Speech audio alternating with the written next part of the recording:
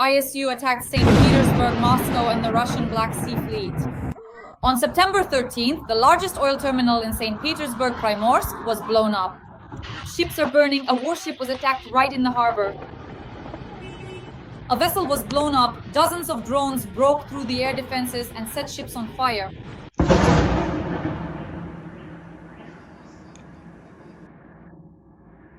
Got it, fuck, damn it. Explosions thundered in Smolensk, Bryansk, and Kursk. Moscow and the Moscow region, St. Petersburg, are in panic. Mayor Sobyanin reported on downed drones, but the chaos is only growing. Maybe it'll at least shut down just in case. Now it's going to hit Lukoil. Yes, near Novorossiysk, Boer Special Forces destroyed another Black Sea Fleet ship. Near Novorossiysk, Boer Special Forces destroyed yet another Black Sea Fleet ship. At Pulkovo Airport, there was a mass cancellation of flights. The cover plan has paralyzed aviation. Russia is in shock. The country is drowning in fire and chaos.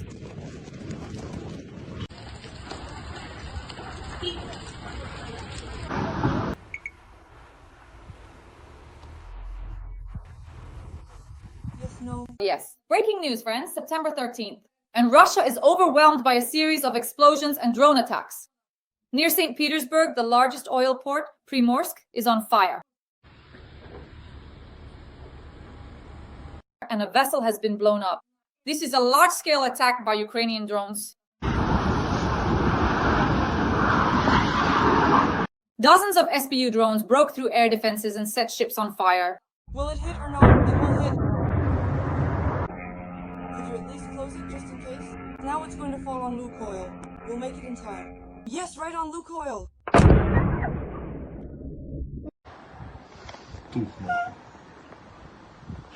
Explosions thundered near St. Petersburg, in Moscow, Smolensk, Bryansk, and Kursk. Moscow and the Moscow region are in a panic. Mayor Sobyanin reported that, as usual, he shot down drones with his bare hands.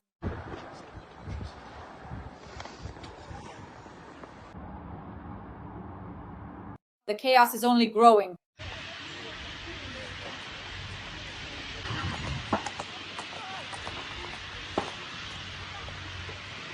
Near Novorossiysk, Boer Special Forces destroyed another ship of Russia's Black Sea Fleet. There are mass flight cancellations at Pulkovo Airport. The cover plan has paralyzed Russian aviation. Russia is in shock. The country is sinking into fire and chaos.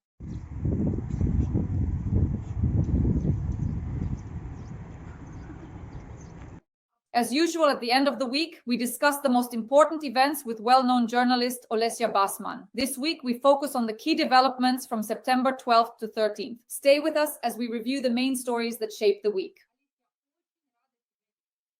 Dasha, I'm glad to see you too. The feeling is mutual. You know, actually, at the end of the week, the main military events take place. We attacked St. Petersburg. There are fires in Primorsk at the oil port. A huge number of ships, dozens of drones broke through the air defenses. We attacked Moscow, the Moscow region, Smolensk, Bryansk, Kursk, and of course in Novorossiysk, the GUAR destroyed another ship of the Black Sea Fleet. But during this period, Russia attacked Poland this week. Probably for the first time there was such a massive drone attack, and Trump made a statement that it was probably accidental. How do you generally assess, first of all, the key events of this week? And of course, Donald Trump's reaction to everything that's happening. You know, a lot of people have asked me, after Russia carried out the attack on Poland, and it was indeed a targeted attack on Poland, with 19 drones deliberately entering Polish airspace and flying, several of them specifically, at least 5, targeting the base. At the base that's stationed there, the military base, in other words, there was no accident here, so that no one would have even the slightest doubt. Everything was absolutely calculated, precisely. Moreover, this had been tested since July. Special Polish mobile SIM cards were purchased in Russia, which are used for accurate navigation. So after this attack, many people have been asking me, well, why does Putin need this? That's the first question. Why is he doing this? Does he want to start another war? So is he really about to open a second front with Poland and start conquering, capturing Warsaw, storming it and sending in tanks? Will Russian tanks really enter the streets of Warsaw? What is this? Here's how I see it, and this is how I break it down for myself, step by step. The thing is, from the standpoint of military potential, especially economic potential, it's not just that it's unprofitable for Putin to open a second front. He simply can't handle a full-fledged second front. So actually, for Ukraine, it would be quite a story, if Russia, somewhere, not with European countries, not with civilized countries by any means, but, for example, with its dictatorial friends, regimes that help them in the war against us, if they fell out with them. And by the way, that often happens too, because dictators love to quarrel. And opened a second front. For us, that would be a gift, simply because, as we can see, Russia has barely managed to handle even one front for 3.5 years now. So the idea that Putin would go and himself, of his own accord, start another large-scale war, right now, I don't really believe it. What do I believe? What do I think this was? Look, it's clearly just acts of intimidation against European leaders, Europeans who are helping Ukraine. That is Putin, who realized that he can't succeed in the classic way. Since he couldn't conquer all of Ukraine quickly using conventional means, now he's resorted to absolutely every method available to him, including his favorite ones, like terrorist attacks. Terrorist attacks not only on his own territory, but on the territory of any other countries as well. Look, here everything fits into a single chain. And what he's doing on the territory of Ukraine, inside Ukraine, when well-known politicians and public figures who support Ukraine and fought against Russia are killed, this, you see, is revenge against them, and it's also an act of intimidation from Putin towards everyone else. As if to say, look, if any of you decide to fight, what could happen to you? Look, this is very important. He always tries to use this somewhere around here. It seems like such a primitive method, but it actually works. Next. If we look at what has been done during this period on the territory of other countries, we'll see that even in such a strong country that has been helping us a lot, helping us all this time, the United Kingdom, Putin's Russia has carried out more than one act of aggression, intimidation, provocation, and terrorism, including against the highest leadership, personally targeting the top officials. We remember those arson attacks, the houses and cars being set on fire, and so on. Look, it might seem like just something that flashed by in the news somewhere, and maybe we didn't focus on it, didn't notice, didn't see it, but all of this, it's about the lives and comfort of people, their safety, specific people in specific leadership positions who are now making concrete decisions. For example, whether to support Ukraine on a particular issue, to provide it with aid, to allocate another tranche of money so it can keep fighting or not. And here, I remember a conversation with Mikhail Saakashvili when he told me that as president, he spent a lot of time with Putin. And Putin was very interesting because Saakashvili was always very bright, unconventional, sharp. He always had interesting ideas, so it was fascinating to talk to him. And Putin was clearly interested in him too. He studied him, and at one point he even wanted to recruit him with those, sweet-talking speeches of his. Saakashvili told all of this. It was very interesting, really fascinating. Then when he realized it was impossible, he immediately shifted Saakashvili from the category of someone he wanted to recruit to the category of enemies. And we all remember how it ended in 2008 with Russia's attack on Georgia. So what did Saakashvili tell me? They met in a variety of different formats and settings, and there were several different important summits held during this time. There were meetings of leaders, meaning Putin, Saakashvili, Merkel, Saakashvili. At that time, the president of France was there too, so it was among presidents, and there were many such meetings and many informal conversations. And so he says during one of these conversations, Putin wanted to lobby for some big business projects for himself and his inner circle with the Europeans. With Merkel, with France, everyone was involved there, to which he was refused by them. And do you know what his reaction was? This was off camera, when everyone was just sitting around drinking wine. His reaction was such that everyone was just stunned. At first, they didn't even know how to respond. Suddenly he says, so the masks are off, and he suddenly says, great. when are your elections? In 3 years? And yours in 4? You won't even be around by then. And because I'll always be here, will make deals with others by then.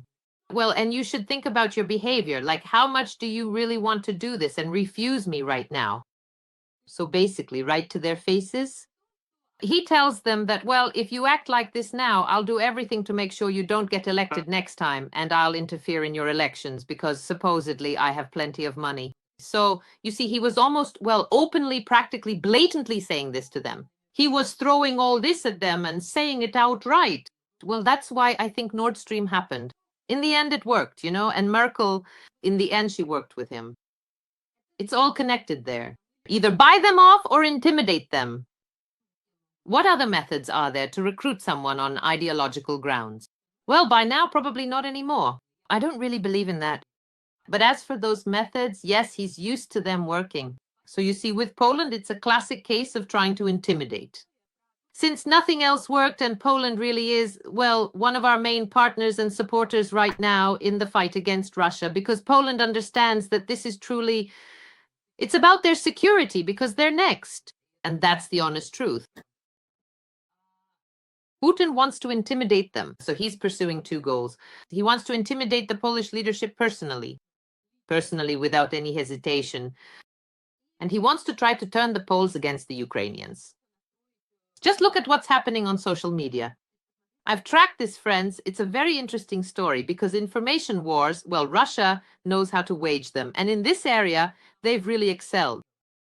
I don't know how much money they're pouring in, but it's some astronomical amounts.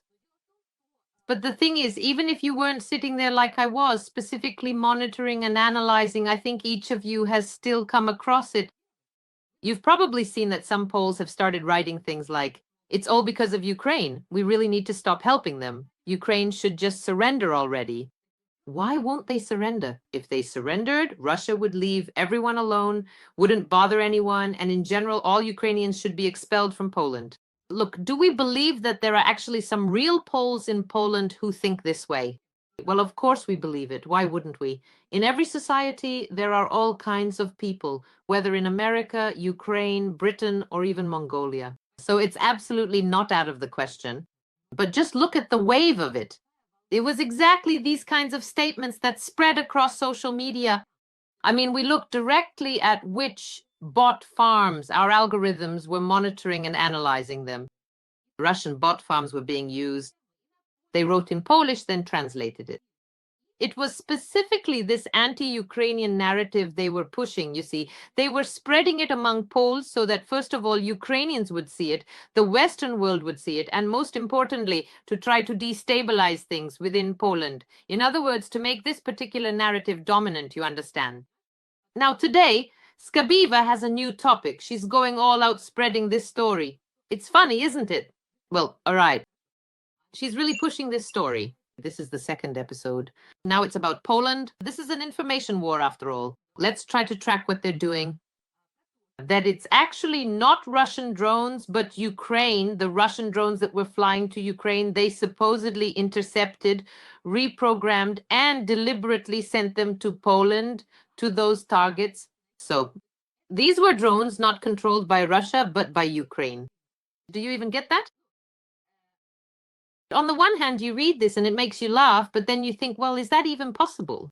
But on the other hand, well, as Goebbels told us, the bigger and more unbelievable the lie, the easier it is to believe it. And I read this and think, listen, this is brilliant. This will totally work for them. Basically, for Russians, for a lot of those Z supporters, this could really go over well. Why not, after all those stories about crucified boys, if they swallow that, So look. This is a multi-stage operation, a special operation. And actually, let's talk about it now. The reaction is important. Whether it succeeds or not will depend on that reaction. Moreover, look, I'm 100% sure that if there isn't a tough response, if Russia doesn't get hit hard right now, then something similar in one form or another will be used again. And against, well, at the very least, let's list them now. Latvia, Lithuania, Estonia, Finland. And then there's Moldova. Well, listen, Moldova is a separate topic. Moldova, which is about to have parliamentary elections at the end of this month. Listen, they're in a very dangerous position right now, and Russia isn't just working against them. Russia is doing everything right now to essentially to carry out a coup d'etat there. And according to the plan we have, because we've been shown the documents, the Kremlin has changed the overseer for Moldova. And that's a very bad sign, because before it was Kozak who was more, well, I wouldn't say soft, but he wasn't as aggressive. And now this issue is overseen by Putin, which means it's actually overseen by Kirienko. And this is exactly the story about what is very important to them right now. To try to seize power in Moldova. That's exactly what this is about. Moreover, you understand they have these fantastic plans for Moldova right now in terms of if they... I don't want to believe it, but I'll say it because this is their scenario that they're trying to develop and we need to know what it is. So if they manage to seize power in these elections, essentially they want to turn Moldova into a kind of staging ground against Ukraine in order to carry out further attacks, but also by using the people of Moldova, Moldovan citizens, meaning they will send them to war under various pretexts. In other words, they will force these citizens to go against Ukraine, basically as cannon fodder, to die, to be slaughtered. Well, look, we can see what Russia does with the lands, with the territories it occupies. We don't need to go far or just theorize about how things might be. We have the example of Donetsk right before our eyes. Why should we look any further?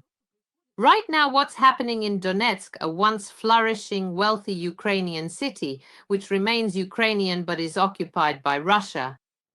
And what's happening there?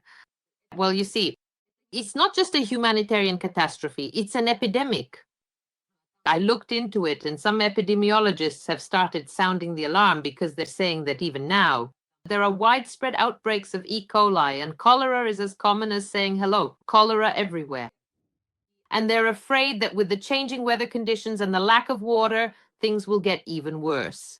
Pipes, sewage systems, all of it will thaw out and burst. So this is an environmental disaster. They're afraid of a cholera epidemic. Can you even imagine what Russia has done to Donetsk, which it occupies? This is a clear picture of how they know how to organize life for those they've occupied. And of course, this is a terrifying scenario that yes, they have these kinds of, well, I hope that nothing will work out for them.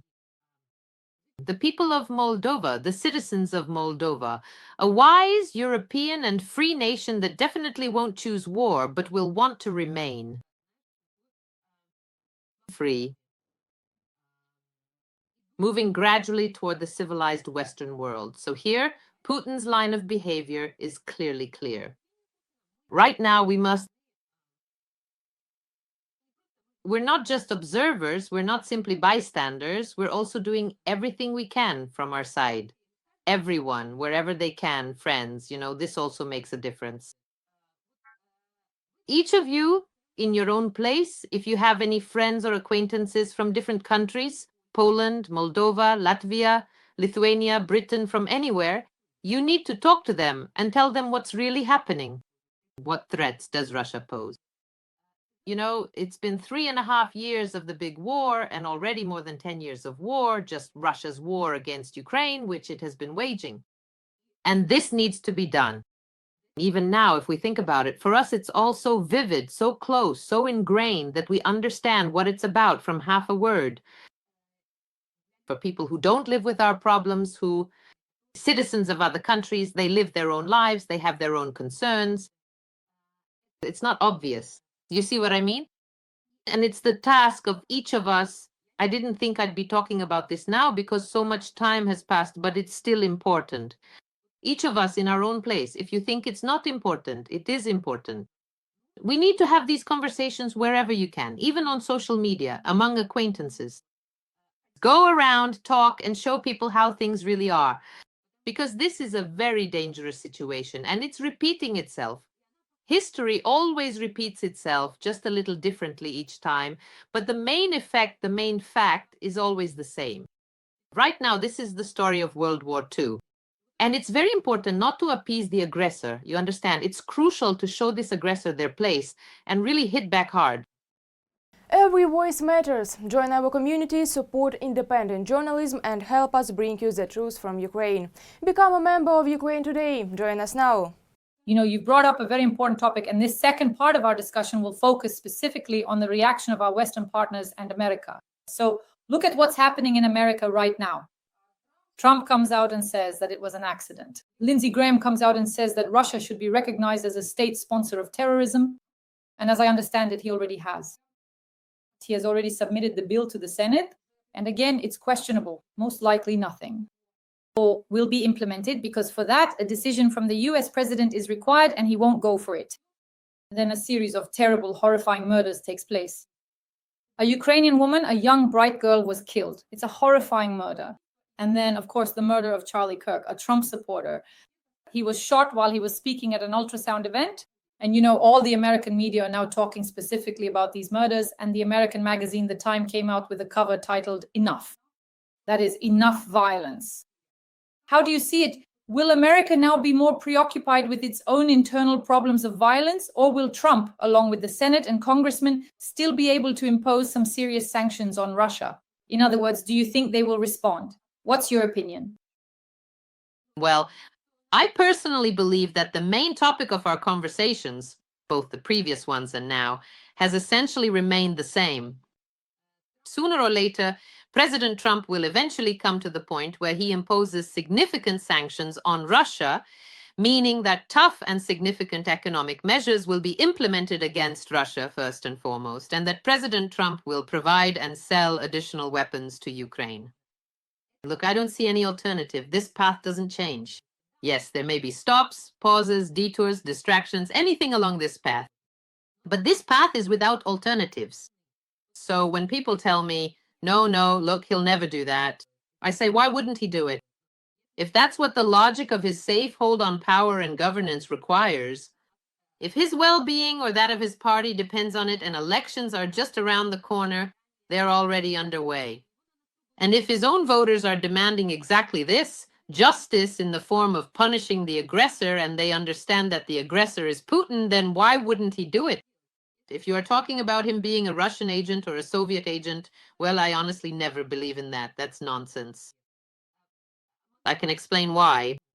Because, look, first of all, I'll just say one thing. There are many reasons why I don't believe it. First, Trump was out of power for 4 years until Joe Biden became president. We all remember this. Against Trump, in order to find his connections with the KGB or FSB, the entire best American law enforcement, investigative, and intelligence community was working. The Secret Services, the whole system was working to uncover this, if it were true. Look, some cases are still ongoing. Some of them are frozen or suspended in some form. There were several criminal cases against Trump, specifically regarding ties with Russia.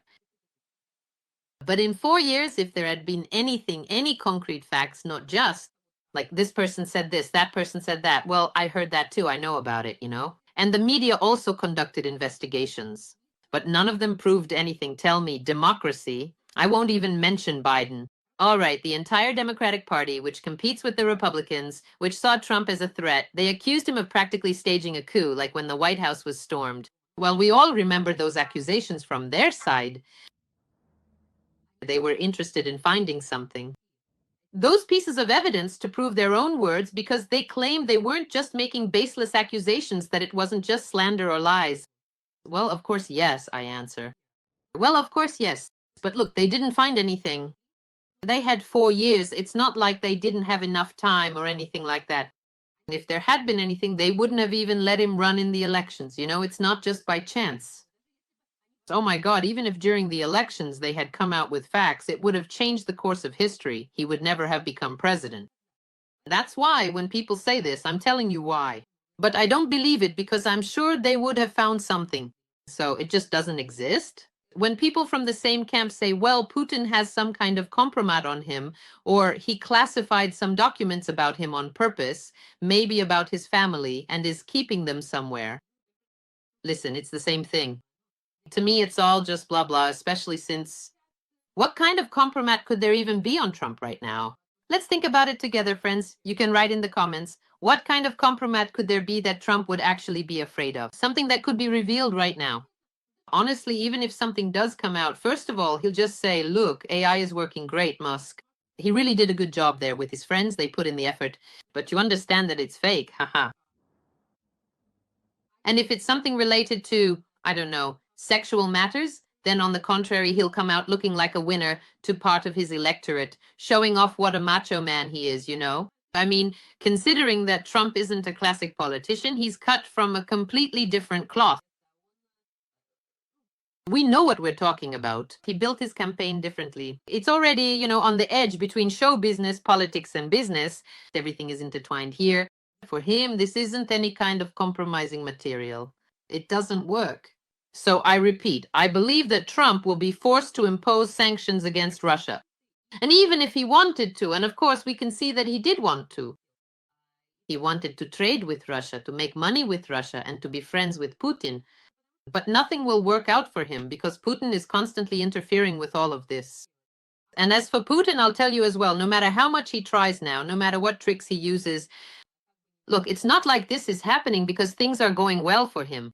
All these provocations against Poland are happening for a reason. We need to understand this too, friends. He's stirring things up against Poland and now against other countries, maybe some Western ones as well. There will be more to come. Why is this happening? That's what we started with. Because he can't achieve his main goal, to capture Ukraine with his supposedly strong army. You understand? And this just shows us that he's trying everything he can. He's done all sorts of things. Listen, he even dragged out poor Yanukovych. No one really knows. Half of him looks pumped up, either with Botox or badly done veneers. They wrote something for him on the screen and he was reading it. Well, what effect could there be? Well, zero. Well, some news? Wrote and discussed his appearance. Nobody has ever lost this game, neither in Ukraine, nor in the Western world, nor in Russia. At most, maybe if right now, say Yanukovych, we find out that Yanukovych has arrived in Kyiv, he's been escorted, and he's giving a press conference right at the train station, brought in by train, that's it. Well, that would still attract attention. We'd listen to what revelations he has. He could really tell a lot there.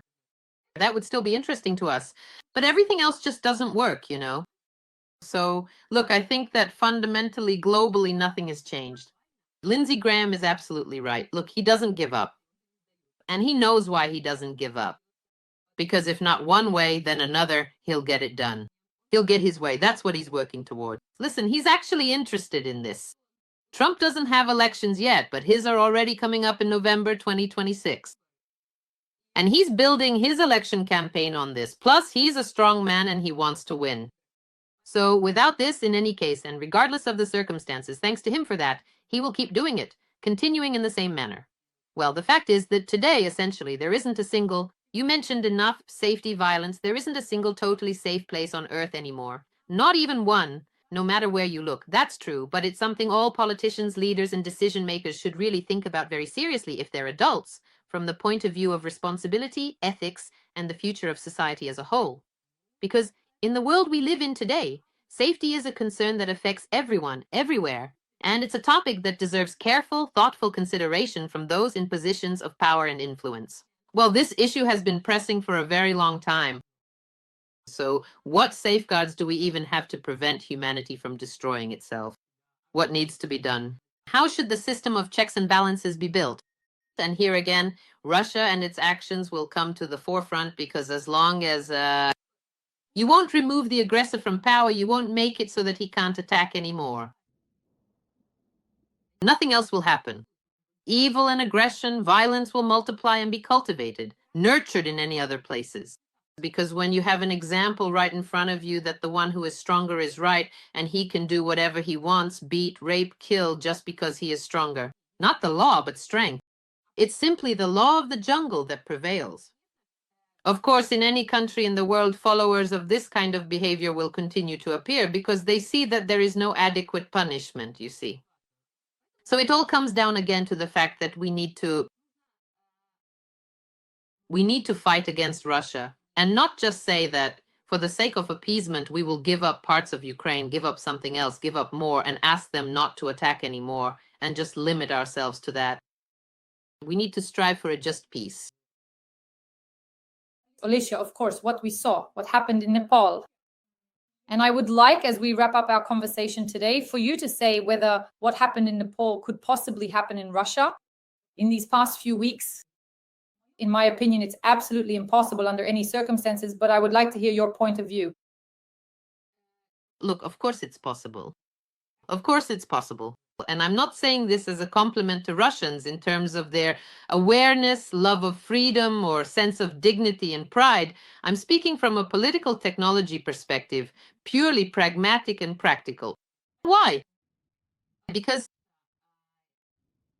if you are in Russia, you could say that, for example, when you look at the situation among the so-called elites, which means those individuals who possess certain important resources, such as significant amounts of money, positions of political power, or control over military assets, if a consensus or a general agreement starts to form among these influential people, then this shared understanding can have a notable effect on the direction of decisions and policies. These elites, by virtue of their resources and positions, play a key role in shaping important outcomes. Regarding the need to change the regime, this consensus could emerge for absolutely different reasons. And the goals of these people and the platform they stand on can be completely different. That is, it could range from some totally hardcore Z supporters, in other words, those who think Putin is actually too soft, and yes, there are such people, to absolutely reasonable liberal individuals, people with democratic views. Although, by the way, right now we don't see any of them at all. In the space visible to us, there aren't any who could actually influence anything or do something. But here too, look, just because we don't see them from where we're sitting doesn't mean they don't exist. So we're considering the situation theoretically. Is it possible that among some group of people who have resources, regardless of who gave them these resources, how they manage them, what exactly they are, and so on, but resources sufficient to change the government in Russia, such a situation could arise? If this scenario does happen, believe me, it will immediately be carried out with the involvement of the masses. All right, let's take the classic example of Prigozhin's march on Moscow. For the general population, it was truly spontaneous, but look, even though it was spontaneous, it really lacked sufficient support. From the perspective of the media, social networks, television, there could be a different situation, and the media might support what Russians are listening to. So even despite all that, what happened was everything was very targeted, swift, and surgically contained. Look at the reaction of ordinary Russians who greeted those columns in the cities. They brought them bread and salt, after all. They called them our boys. They handed them flowers. Remember those scenes. So for Russians, what is the most important thing? It's about who is stronger right now. That's who is right. It's always been that way. So ideology, any values, where we're headed, party programs, none of that matters at all. Whoever is stronger, that's who we bow to. That's basically how it works, you know? So if this movement from above, the one ready for change, arises, it inevitably trickles down because it needs to get a response and support from below. And that's where the story of the Russian revolt, senseless and merciless, really comes into play. At that point, it will truly be hard to stop. And by the way, Putin knows this about his people very well. If he doesn't understand, and thank God he still doesn't understand Ukraine or the Ukrainian people, he does understand Russians. He knows how to deal with them, and in fact, the very fact that he's been in power for, 25 years proves it. It proves precisely that he knows how to handle them. So, and that's when this story about Nepal, well, it might seem like child's play. The footage where members of the Nepalese government are hanging from a helicopter rope, evacuating from an enraged crowd. Ministers, yes, ministers. Yes, members of the Nepalese government. Yesterday, I saw that footage, of course, and I thought, I'd like to see Putin like that, only with the rope set on fire, I think Putin's ending will be much worse than that, than the Nepalese government's. Friends, Alesya and I always meet at the end of the week. So it's the end of the week, September 12th through 13th, and next week there will be a lot of events. We always meet and discuss the most relevant topics. Please like this video and write a few comments to support our tandem. The well-known journalist, Alesya Batsman. Alesya, thank you so much for your incredible optimism, always. In any situation, we always turn on Alesya and our mood lifts, and see you next week. Thank you, Dasha. Thank you, friends. And I hope that next week we'll have reasons for optimism and for joy. Thank you.